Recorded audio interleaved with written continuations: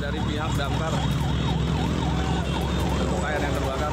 Demikian dilaporkan, terima kasih. Satu unit mobil sedan terbakar di tol dalam kota, gerbang pintu tol masuk Tebet, Jakarta Selatan. Api terlihat pertama kali dari bagian kap depan mobil dan berkobar cepat hingga menghanguskan seluruh badan mobil.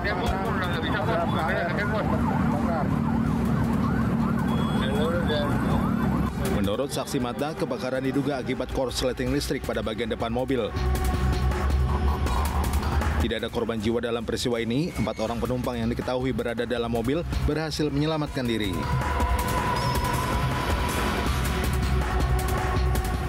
Awal kebakaran tahu siapa, Pak? Saya konsep ya, dari api itu. Dan keluar api di belakangnya. Orang terlalu belakang. Saat abang lihat itu emang udah ada apinya. Akibat kebakaran ini, arus lalu lintas tol dalam kota arah Cawang sempat macet karena proses pemadaman dan evakuasi bangkai mobil. Dari Jakarta, Hendra Aryadi untuk CSI, RTV.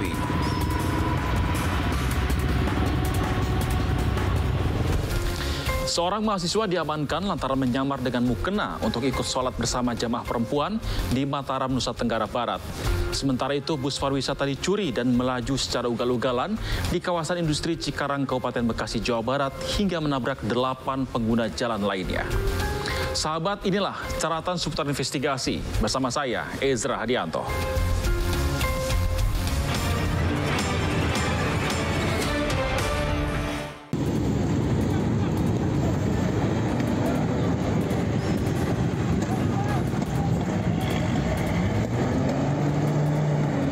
Bus pariwisata berwarna putih dicegat oleh sejumlah petugas patroli di kawasan industri MM 2100 Cikarang, Kabupaten Bekasi, Jawa Barat. Butuh waktu lama untuk mengejar bus ini lantaran sebelumnya bus ini melaju dengan kecepatan tinggi hingga akhirnya menabrak sejumlah pengendara mobil dan sepeda motor yang lain. Habis. Kacau, bis ngamuk. Kacau. Bis ngamuk. Bus yang melaju dengan ugal-ugalan menabrak sekitar 5 pengendara sepeda motor serta 1 unit truk dan minibus yang tengah melintas. Awas, pamit. Awas bis ngamuk. Kejar, woi.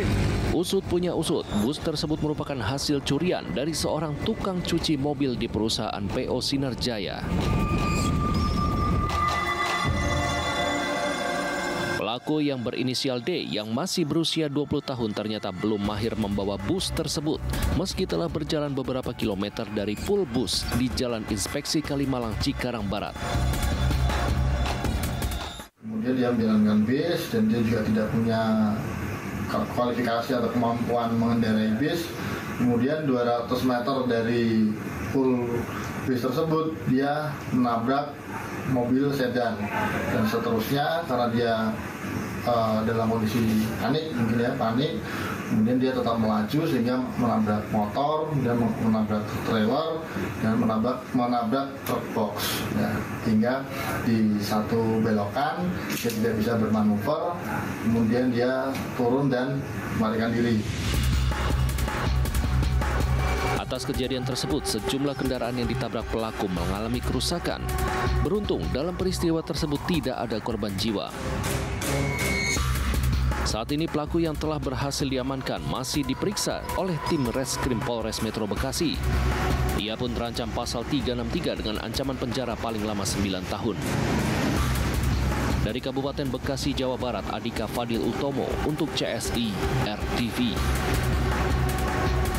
Seorang pria terpergok sholat di saf perempuan dengan mengenakan mukena di Masjid Hubul Waton Islamic Center, Kota Mataram, Nusa Tenggara Barat. Aksinya terbongkar usai jemaah perempuan curiga dengan gerak-gerik pelaku yang ternyata seorang mahasiswa.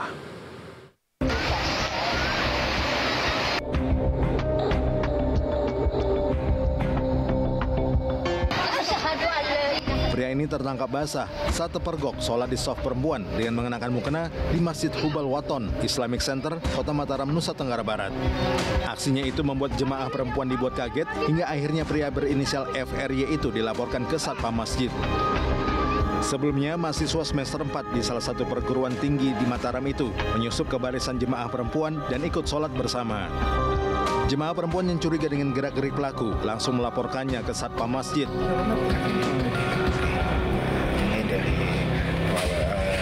Menunggu tugasnya. Pelaku kemudian diminta untuk membuka masker. Saat dibuka, diketahui sosok tersebut merupakan seorang laki-laki. Pelaku pun seketika diamankan tanpa perlawanan. Dari awal emang udah mencurigakan, dari caranya minjem mukena, dari bentuk mukanya, walaupun dia pakai masker kelihatan, sama berotot-otot gitu kan, tangannya kelihatan. Jadi kita pantau dari awal, saya telepon security yang laki, mereka jaga di sini. Jadi dia ikut sholat berjamaah, ikut. Sementara itu, pelaku mengaku melakukan aksinya setelah mendapatkan mimpi agar sholat di soft perempuan di Masjid Hubal Waton Islamic Center. Bahwasannya yang bersangkutan pada malam hari mendapatkan mimpi. Mendapatkan mimpi untuk melakukan tindakan tersebut seperti memakai mukena datang ke Islamic Center ke lantai 2. Atas dasar mimpi tersebut dilakukanlah oleh seorang laki-laki ini menyamar sekaligus melakukan sholat zuhur di Islamic Center. Pelaku kemudian digelandang ke Polsek Selaparang, Kota Mataram untuk pemeriksaan lebih lanjut. Dari Mataram, Lombok, Nusa Tenggara Barat, Sofiana untuk CSI, RTV.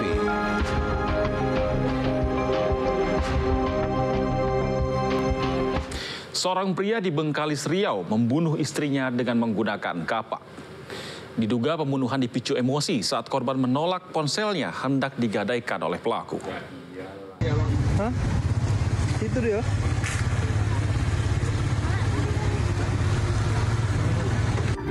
Warga di Jalan Gajah Mada, Bengkalis, Riau digegerkan dengan tewasnya Susilawati akibat dibunuh suaminya sendiri di rumahnya.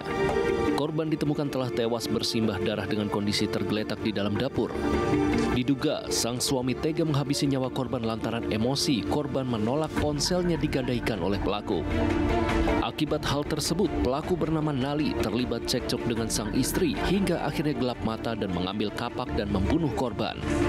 Korban tewas di lokasi kejadian dengan luka di bagian leher. Terjadi cekcok di ruang tamu, kemudian timbullah perkataan untuk talak cerai dari istri kepada pelaku. Kemudian karena emosi sesaat, pelaku mengambil kapak yang berada di dapur belakang rumah, kemudian melakukan penebasan ke arah leher. Jasad korban langsung dievakuasi ke rumah sakit guna pemeriksaan dan penyelidikan. Sementara pelaku telah ditahan di Polres Bengkalis. Atas perbuatannya, pelaku dijerat dengan pasal berlapis tentang kekerasan dalam rumah tangga dan pembunuhan dengan ancaman hukuman 20 tahun penjara. Dari Pekanbaru, Riau, Muhammad Yusri untuk CSI RTV. Butuh waktu 3 bulan untuk mendapatkan jawaban atas misteri penemuan kerangka di Sunggal, Deli Serdang, Sumatera Utara. Pelakunya tak lain adalah kekasih korban yang merupakan penghuni rumah yang juga dikabarkan menghilang sejak awal November 2024. Selengkapnya dalam liputan dalam CSI bagian kedua.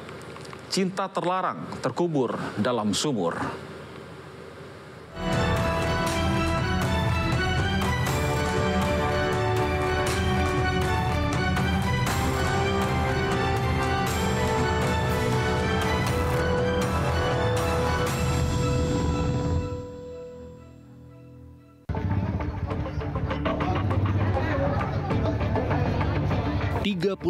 Desember 2024, hanya beberapa jam saja menjelang pergantian tahun, warga perumahan Tanjung Selamat Lestari, Sunggal, Kabupaten Deli Serdang, Sumatera Utara digegerkan akan penemuan kerangka misterius yang berada di dalam sebuah sumur.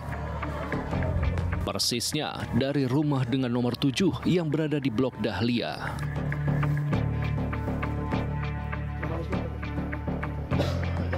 Polisi yang datang ke lokasi dapat memastikan jika kerangka tersebut merupakan kerangka manusia.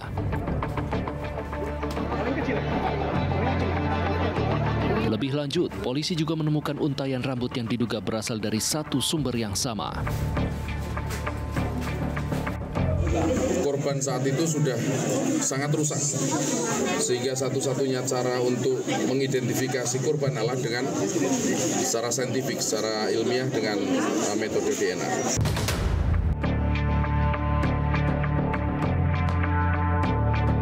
Korban diketahui bernama Santi Matarani. Tak ada yang mengenali wanita berusia 33 tahun tersebut. Lantaran sejatinya ia merupakan warga Kuala Bekala, Medan Johor, Sumatera Utara.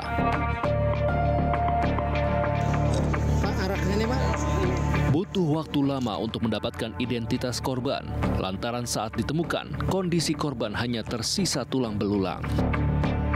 Untuk itulah, tak ada cara lain selain tes DNA yang memerlukan waktu yang tak sebentar.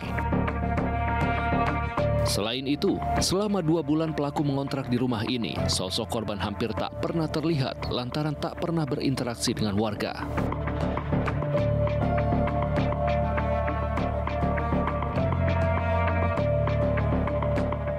Perempuan itu? Bulan 9 orang itu di sini. Ada nggak pernah cekcok atau apa di rumah? Nggak ada, tetangga pun nggak pernah dengar. Menyewa sebelumnya itu siapa nih? Dia datang sendiri, tapi waktu kami... Siapa itu? Yang pelaku ini. Pelaku? Datang sendiri ngambil kunci. Waktu kami tanya, abang udah apa nikah? Udah katanya, tapi istri saya kerja.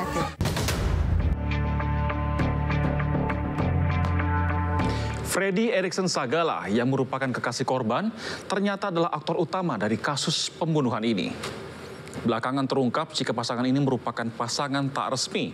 Hubungan keduanya tak direstui lantaran pelaku ternyata seorang pria beristri dan mempunyai perbedaan keyakinan dengan korban. Berapa kau bunuh dia? Bulan 10, Pak. Bulan 10? Kenapa kau bunuh? Kenapa kau bunuh? Cemburu aku, Pak. Dengan cara apa kau bunuh dia? Freddy Erikson Sagala namanya. Ia tak mampu lagi berkelit ketika diinterogasi petugas yang telah memburunya selama beberapa bulan terakhir. Identitas korban yang telah terungkap akhirnya memudahkan polisi untuk melacak pelaku, bahkan hingga ke Medan Johor, tempat persembunyiannya selama ini. Saat itu, ia mengaku jika ia cemburu terhadap korban, hingga terlibat cekcok dan akhirnya menghabisi korban dengan cara dibekap. Korban saat itu sudah sangat rusak, sehingga satu-satunya cara untuk mengidentifikasi korban adalah dengan secara saintifik, secara ilmiah dengan metode DNA.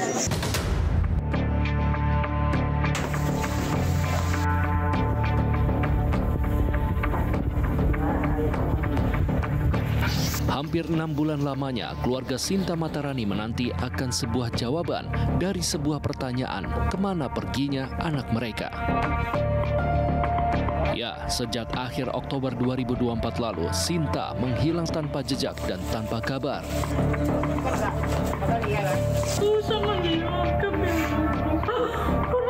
Tak ada yang menyangka jika wanita berusia 33 tahun itu akhirnya ditemukan dalam kondisi sudah menjadi tulang belulang di dalam sebuah sumur.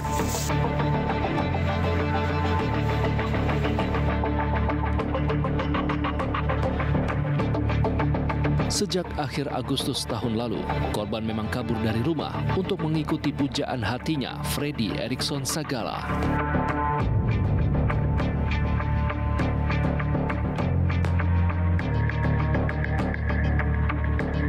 Padahal hubungan keduanya tak direstui lantaran pelaku merupakan seorang pria beristri. Terlebih, keduanya mempunyai perbedaan keyakinan. Orang tua nggak setuju sama hubungan mereka gitu. Beda agama kan. Sebagian statusnya udah masih berumah tangga. Si laki-laki pelaku? Iya. Hubungan cinta yang tak direstui ternyata memang rentan terhadap kekerasan.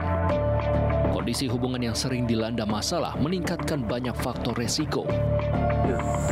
Ibu, ini pelaku dan korban memiliki hubungan yang tidak direstui. Apakah hubungan yang tidak direstui ini menjadi faktor utama atau faktor paling tinggi hingga menimbulkan kekerasan dan adanya pembunuhan juga, Ibu? Jadi sebetulnya hubungan terlarang itu bukan menjadi faktor utama, tapi sejauh ini biasanya pembunuhan yang terjadi pada perempuan itu karena percintaan. Nah, terkait dengan cinta terlarang, itu sebetulnya membuat hubungan toksik di antara keduanya. Karena orang-orang yang sudah cintanya setengah mati tidak bisa terpisahkan, justru dia biasanya memisahkan diri dari keluarga. Padahal ketika dia memisahkan diri dengan keluarga, dia nggak tahu sebetulnya si pacarnya atau suaminya atau seseorang lah yang dekat dengan dia itu memiliki karakter seperti apa, baikkah atau burukkah. Nah, ketika terjadi hubungan yang toksik dan terjadi kekerasan, justru si korban ini tidak bisa meminta tolong terhadap keluarganya. Akhirnya konflik ini berlarut-larut dan pada ujungnya ketika salah satu tidak bisa mengendalikan diri, berakhir dengan pembunuhan. Entah apa yang pelaku lakukan agar korban jatuh cinta padanya hingga rela pergi jauh meninggalkan keluarganya.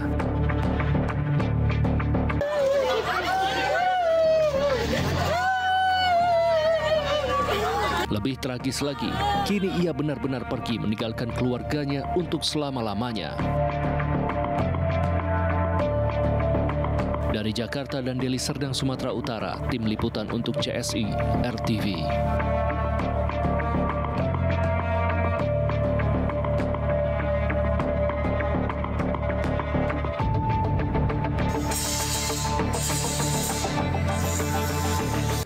Berkendara dengan selamat di jalan raya tidak hanya membutuhkan keahlian, namun juga kewaspadaan dan kepatuhan lalu lintas. Berikut tips dari Brigadir Susan agar Anda terhindar dari maut di jalan raya. Halo sahabat RTV, pelanggaran lalu lintas terjadi setiap hari. Pelanggaran apa yang sudah terekam? Mari kita simak bersama videonya. Lihat nih sahabat, ada lampu merah. Oke, berhenti dulu. Waduh, duar. Waduh, niatnya sih ingin cepat sampai ke tujuan sahabat, malah berujung menabrak pengendara lain. Kalau sudah kayak begini, siapa yang disalahkan? Pasti bingung dan memikirkan beribu alasan karena harus mengganti kerugian bagi korban kecelakaan. Padahal sih tipsnya cuma satu sahabat, taat peraturan yang sudah berlaku. Jangan malah ugal-ugalan, nerobos lampu lalu lintas dengan membawa penumpang. Itu sangat berbahaya sahabat dan tidak untuk ditiru ya. Nah sahabat RTV, dalam Undang-Undang Lalu Lintas nomor 22 tahun 2009 pasal 311 ayat 1, setiap orang yang dengan sengaja mengemudi kendaraan dengan ugal-ugalan sehingga menimbulkan bahaya bagi keselamatan umum diancam dengan pidana kurungan paling lama 2 tahun dan denda paling banyak 10 juta rupiah. Ingat, keselamatan Anda jauh lebih penting daripada kejar setoran. Demikian informasi dan juga tips dari Brigadir Susan. Sampai jumpa.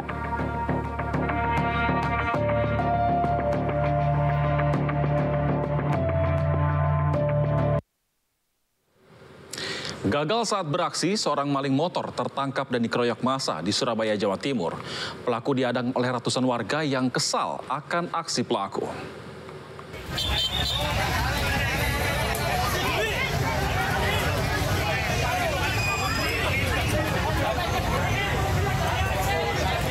Gagal saat beraksi, seorang pencuri sepeda motor harus berurusan dengan warga Jalan Petemon Timur, Kota Surabaya, Jawa Timur. Ratusan warga mengepung sebuah rumah tempat pelaku diungsikan untuk sementara untuk menghindari hal-hal yang tidak diinginkan.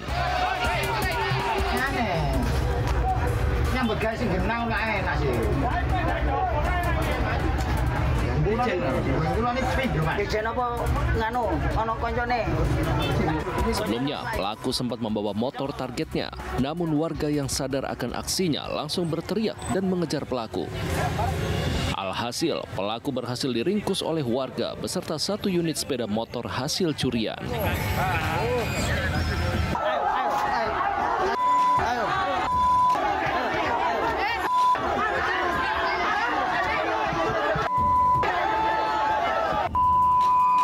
Upaya evakuasi pelaku pun kian sulit lantaran banyaknya massa yang menghadang. Sejumlah warga berniat untuk melampiaskan emosi mereka kepada pelaku.